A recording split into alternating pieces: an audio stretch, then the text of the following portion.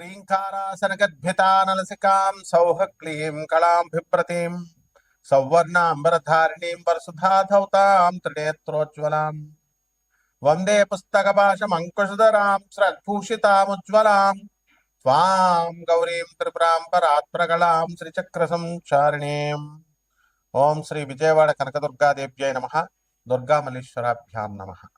ఓం వసుదేవసుతం దేవం కంసచాణూరమర్దనం దేవకీ పరమానందం కృష్ణం వందే జగద్గురుం. ఓం శ్రీ రాధాకృష్ణాభ్యాం నమః.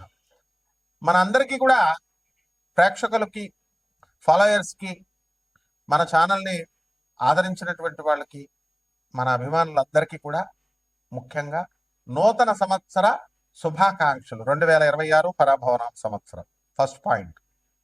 సెకండ్ పాయింట్, ఈ సంవత్సరానికి రాజు ఎవరో తెలుసా? గురువు. కాబట్టి ఎంతైనా సరే శాంతంగా విజ్ఞానంతో చేస్తాడనమాట గురువు. మంత్రి ఎవరు? కుజుడు. మంత్రి చాలా డేరింగ్ స్టెప్స్ చేస్తాడనమాట. కాబట్టి ఈ సంవత్సరం పరాభవనామ సంవత్సరం అంటే 60 సంవత్సరాల క్రితం వచ్చిందండి. 1966, 67 సంవత్సరం ఉగాది వరకు వచ్చింది పరాభవనామ సంవత్సరం. కాబట్టి ఆ సంవత్సరంలో ఉన్న వాళ్ళకి అవమానాలు ఎక్కువగా ఉంటాయి. పాపం పుట్టినోళ్ళు మంచి ఆఫీసర్స్ అయ్యారు, మంచిగా కోటీశ్వర్లు అయ్యారు, బిజినెస్ మెన్స్ అయ్యారు, కానీ అవమానాలు ఎక్కువ ఉంటాయి. ఈ సంవత్సరంలో పుట్టే పిల్లలకు కూడా అలా ఉండడానికి ఎక్కువ అవకాశాలు ఉంటాయి. లేకపోతే ఈ సంవత్సరంలో అన్ని రాసుల వారికి కూడా ఎంత బాగున్నప్పటికీ కూడా కొంచెం అవమాన పాళ్ళు ఎక్కువగా ఉండడానికి అవకాశాలు ఉన్నాయి. ఇకపోతే సేనాధిపతి వచ్చేసరికి మనకి చంద్రుడు, సస్యాధిపతి గురుడు, ధాన్యాధిపతి బుధుడు, అర్ఘాధిపతి చంద్రుడు, మేఘాధిపతి చంద్రుడు, రసాధిపతి శని, అలాగే నీరసాధిపతి గురుడు. ఈ విధంగా ఉన్నాయండి మనకి. ఆ తర్వాత మనకి ఆదాయ వ్యయాలు కనుక మనం చూసుకున్నట్లయితే కొన్ని రాశుల వారికి మామూలుగా ఉన్నాయి, పెరిగినాయి. కొంత రాశుల వారికి లాస్ట్ ఇయర్ కంటే తగ్గినటువంటివి ఉన్నాయి. విడివిడిగా ద్వాదశ రాశుల వారికి మనం చెప్పుకుందాం. అయితే ముఖ్యంగా మనకి ఈ 2026 సంవత్సరం ఉగాది నుంచి మళ్ళీ 2027 సంవత్సరం ఉగాది వచ్చేంత వరకు కూడా మనకి 12 రాశుల వారికి జాతకాలు ఏ విధంగా ఉంటాయో ముందు తెలుసుకునే ముందు గ్రహ స్థితిగతులు ప్రధానమైనటువంటివి మనం తెలుసుకోవాల్సినటువంటి అవసరం ఉంది. దాంట్లో భాగంగా రాహు నవంబర్ 25, 2026 సంవత్సరం వరకు సింహరాశిలో ఉంటాడు. అదేవిధంగా కేతు మనకి ఈ యొక్క సింహరాశిలో కేతు ఉంటాడు, రాహు కుంభరాశిలో ఉంటాడు. అలాగే ఈ యొక్క శని మనకి మీనరాశిలో ఉండడం అనేటటువంటి జరుగుతుంది. ఈ సంవత్సరం మొత్తం అంతా కూడా మనకి ఈ యొక్క గురుడు జూన్ 2, 2026 సంవత్సరం దాటిన తర్వాత మనకి కర్కాటక రాశి ప్రవేశం చేస్తాడు. ఆ తర్వాత అక్టోబర్ తర్వాత అతిచారాలు, వెనక్కి వెళ్ళాలు, రెట్రోగ్రేడ్ అవడాలు ఇలాంటివన్నీ కూడా జరుగుతూ ఉంటాయి. అయితే మిగతా గ్రహాల యొక్క చిన్న గ్రహాలు రవి, కుజ, శుక్ర, బుధ గ్రహాలన్నింటినీ, చంద్రుడిని, వీటిలన్నింటినీ మనం పరిగణలో తీసుకొని మనం ఈ యొక్క ఉగాది జాతకాలు మనం చెప్పబోతున్నాం. ఒక్కొక్క రాశి వారికి ఏ విధంగా ఉంటుందో మనం చూద్దాం.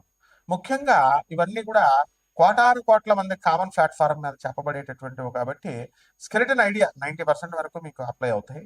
అండ్ వ్యక్తిగత జాతకాలు అనేటటువంటివి చూడాలంటే మీ యొక్క డేట్ ఆఫ్ బర్త్లో ఇవన్నీ కూడా ఉండాల్సినటువంటి అవసరం ఉంది టైం. సో అటువంటి వాళ్ళు తప్పకుండా మీకు కావాల్సినటువంటి వాళ్ళు మనం సంప్రదించవచ్చు. మనం నాన్ కమర్షియల్ బేసిస్తో మనం చెప్పడం అనేటటువంటి జరుగుతుంది. బాగుంది అంతవరకు. ఇక 12 రాశుల వారికి ఒక్కొక్క రాశి వారికి ఏ విధంగా ఉందో ఈ సంవత్సరం అంతా కూడా ఉగాది నుంచి నెక్స్ట్ ఉగాది 2027 వరకు మనం చూద్దాం. మేషరాశి. ఈ మేషరాశి వారికి కనుక మనం చూసుకున్నట్లయితే ఆదాయం ఈ సంవత్సరం 11 ఉందండి. అలాగే ఖర్చు వ్యయం వచ్చేసరికి 5, రాజ్యపూజ్యం 2, అవమానం 4గా ఉంది. కాబట్టి మనకి వ్యయము తక్కువగా ఉంది. తక్కువ ఖర్చు పెడతాం కాబట్టి నష్టాలు అనేటటువంటి మన లైఫ్లో కష్టాలు తక్కువగా ఉండడానికి అవకాశాలు ఉన్నాయి. అయితే ఈ యొక్క మేషరాశి వారికి అందరికీ కూడా ఏలినాటి శని జరుగుతుంది. ఈ ఏలినాటి శని ప్రభావం వల్ల మనకి అపనిందలు పడేటటువంటి అవకాశాలు ఉన్నాయి. అసలే అవమానాలు 4 ఉన్నాయి. కాబట్టి స్త్రీల వ్యవహారాల్లో జాగ్రత్తగా ఉండండి.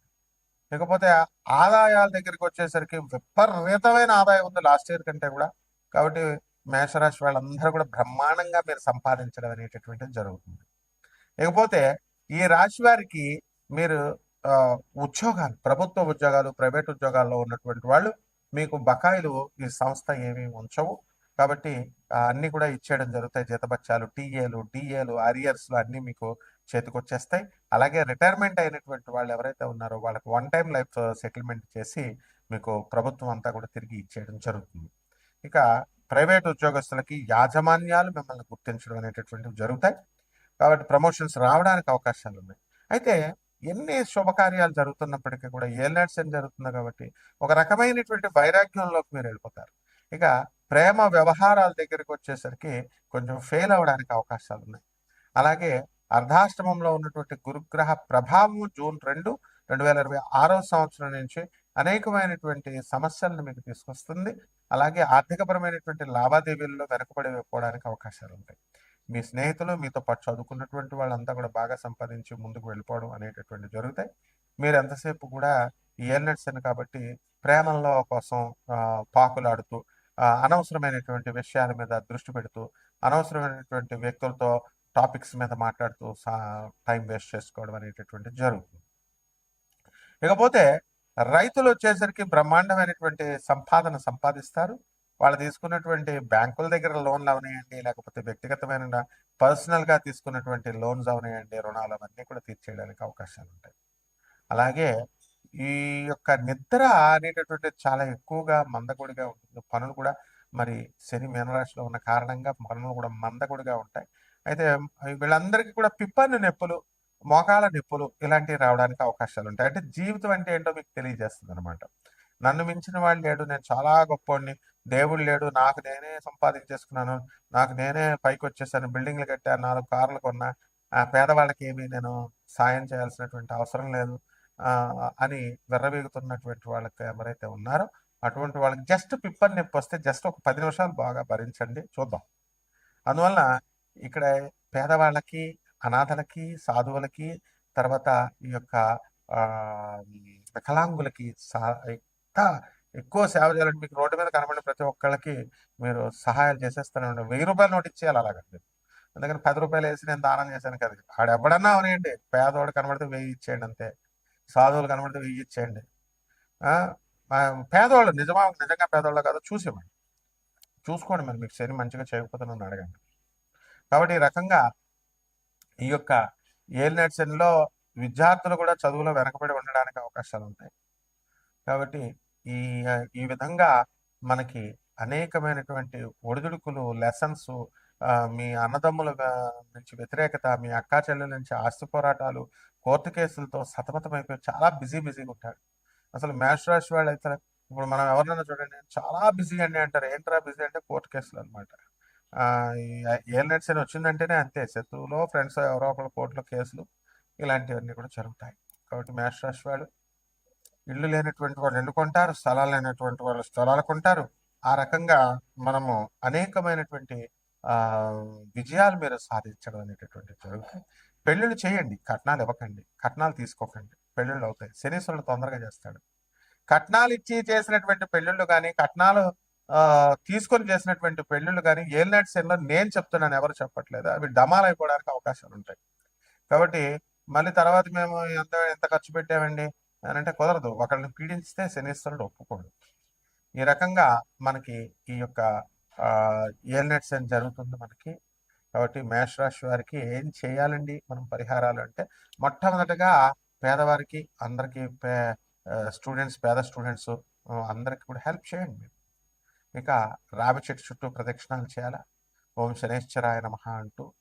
అలాగే యక్షిణీ సాధన, మీకు ఏమంటే మాకు భౌతిక సుఖాలు కావాలండి, మాకు అప్పుల బాధలు పోవాలండి, డబ్బులు బాగా రావాలండి అంటే చేయండి. మరి అమ్మవారి పార్వతీ అవతారాలే, శక్తి స్వరూపిణి అవతార యక్షిణీ సాధన చేయండి. యక్షిణీ అమ్మవారి యొక్క ఆరాధన చేయడం ద్వారా, మంత్ర జపం చేసుకోవడం ద్వారా సరిపోతుంది.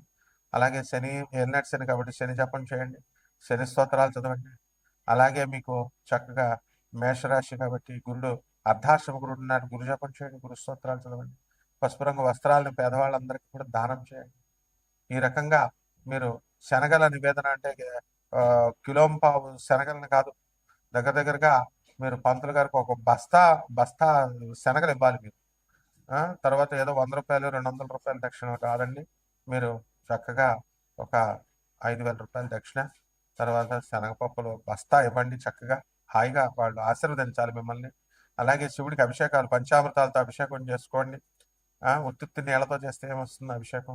పంతులు గారికి ఏదో 10 రూపాయలు 50 రూపాయలు 100 రూపాయలు కాదు అభిషేకం మొత్తం మీరు అభిషేకం చేసి మీరు మహన్యాసం ఇవన్నీ కూడా చదివి వాళ్ళు చేస్తారు. మీరు అభిషేకం చేసి 30,000 రూపాయలు తక్కువ కాకుండా మీరు అభిషేకాలకి ఇవ్వాలి. ఎందుకంటే విశాఖ జిల్లా నుంచి పంతులు గారు అసోసియేషన్ అంతా కూడా గురువుగారండి మాకు అభిషేకం నీళ్లతో చేయమంటే ఎలా అండి గురువుగారండి అన్నారు. నిజమది వాస్తవం. మిమ్మల్ని బట్టే వాళ్ళు ఇచ్చేస్తున్నారు కాబట్టి చక్కగా మీరు అభిషేకం చేయించుకోండి. పంచామృతాలతో, పళ్ళ రసాలతో, అన్నిటితో 30,000 రూపాయలు మీరు చక్కగా ఈ పంతులు గారులందరికీ కూడా మీరు చక్కగా చేయండి. ఈ విధంగా చేస్తే సరిపోతుంది. శుభమస్తు.